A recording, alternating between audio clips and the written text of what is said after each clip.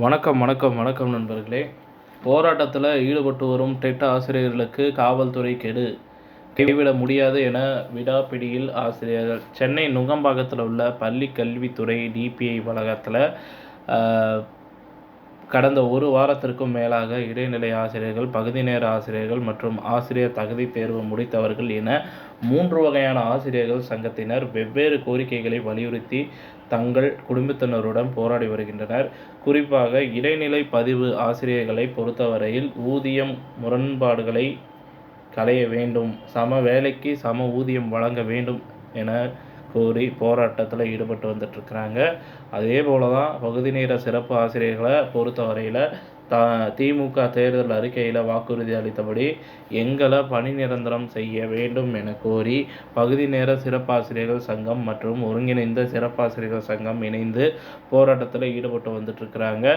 இது தவிர ஆசிரியர் தகுதி தேர்வு டெட் முடித்தவர்களை பொறுத்தவரையில் கடந்த 2013ஆம் ஆண்டு ஆசிரியர் தகுதி தேர்வு எனும் டெட் தேர்வு கொண்டு வந்தார்கள். இதில் தேர்ச்சி பெற்றால்தான் ஆசிரியராக முடியும் என்றார்கள். அதன்படி 2013, 2017, 2019 ஆகிய ஆண்டுகளில் நடத்தப்பட்ட ஆசிரியர் தகுதி தேர்வில் பிஎட் முடித்த நாங்கள் 30,000 பேர் தேர்ச்சி பெற்றோம்.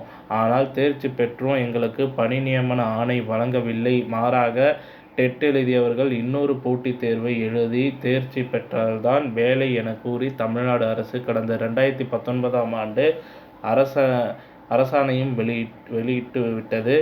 அந்த அரசாணையை ரத்து செய்ய வேண்டும், உடனடியாக எங்களுக்கு பணி நியமனம் வழங்க வேண்டும் என்பதுதான் எங்கள் கோரிக்கை என்கின்றார்கள். ஒரு வார காலமாக தொடர் உண்ணாவிரத போராட்டம் நடைபெற்று வந்துட்டுருக்கிற நிலையில் 200க்கும் மேற்பட்டோர் போராடிட்டு வந்துட்டுருக்குறாங்க. ஆசிரியர்கள் மயக்கமடைந்து மருத்துவமனையில் அனுமதிக்கப்பட்டு சிகிச்சை அளிக்கப்பட்டு வந்துட்டுருக்கு. ஆனால் தொடர்ந்து பல்வேறு கட்ட பேச்சுவார்த்தை நடத்தியும் போராட்டம் கைவிடவில்லை.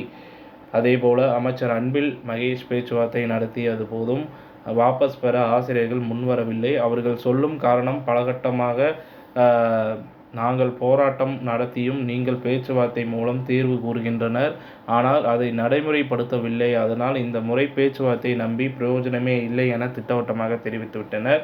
இந்த நிலையில் போராட்டத்தில் ஈடுபட்டு வரும் டெட் ஆசிரியர்களுக்கு இரவு 8 மணி வரை காலக்கெடு அறிவிக்கப்பட்டுள்ளது. போராட்ட களத்திற்கு நேரில் சென்ற திருவல்லிக்கேணி காவல் துணை ஆணையர் சேகர் பேச்சுவார்த்தை நடத்தினார்.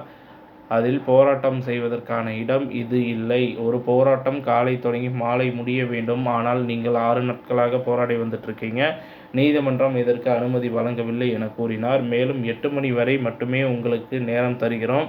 அதற்குள் போராட்டத்தை கைவிட்டு கலைந்து செல்ல வேண்டும் என கூறியுள்ளார். ஆனால் டெட் ஆசிரியர்கள் இது பள்ளி கல்வித்துறை வளாகம் என்பதால் எங்களுக்கு போராட உரிமை உண்டு, இது அறவழி போராட்டம் என்றும் மீறி கைது செய்தால் செய்யுங்கள் என்று தெரிவிச்சிருக்கிறாங்க.